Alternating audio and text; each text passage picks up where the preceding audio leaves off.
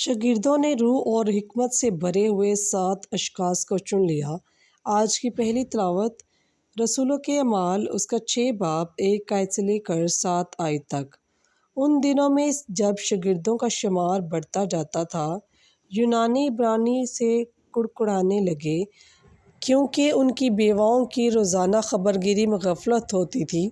تب ان 12 نے شاگردوں کی جماعت کی مجلس کر کے کہا، مناسب نہیں کہ ہم خدا کے کلام کو چھوڑ کر دسترخوان کی خدمت کریں۔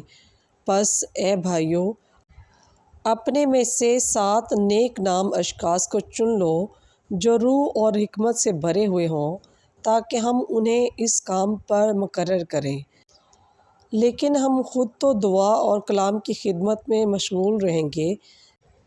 یہ بات ساری جماعت کو پسند آئی اور انہوں نے استفانس نامی ایک مرد چن لیا جو ایمان اور روح القدس سے بھرا ہوا تھا، اور ساتھ ہی فلبس اور پروکورس اور نکانور اور تیمون اور پرمناس اور انطاکیہ کے ایک نو مرید نکولاوس، اور انہیں رسولوں کے آگے کھڑا کیا، جنہوں نے دعا کرتے ہوئے ان پر ہاتھ رکھے، اور خدا کا کلام پھیلتا رہا، اور یروشلم میں شاگردوں کا شمار بہت ہی بڑھ گیا، بلکہ کاہنوں کا ایک بڑا گروہ بھی دین کے متحد ہو گیا۔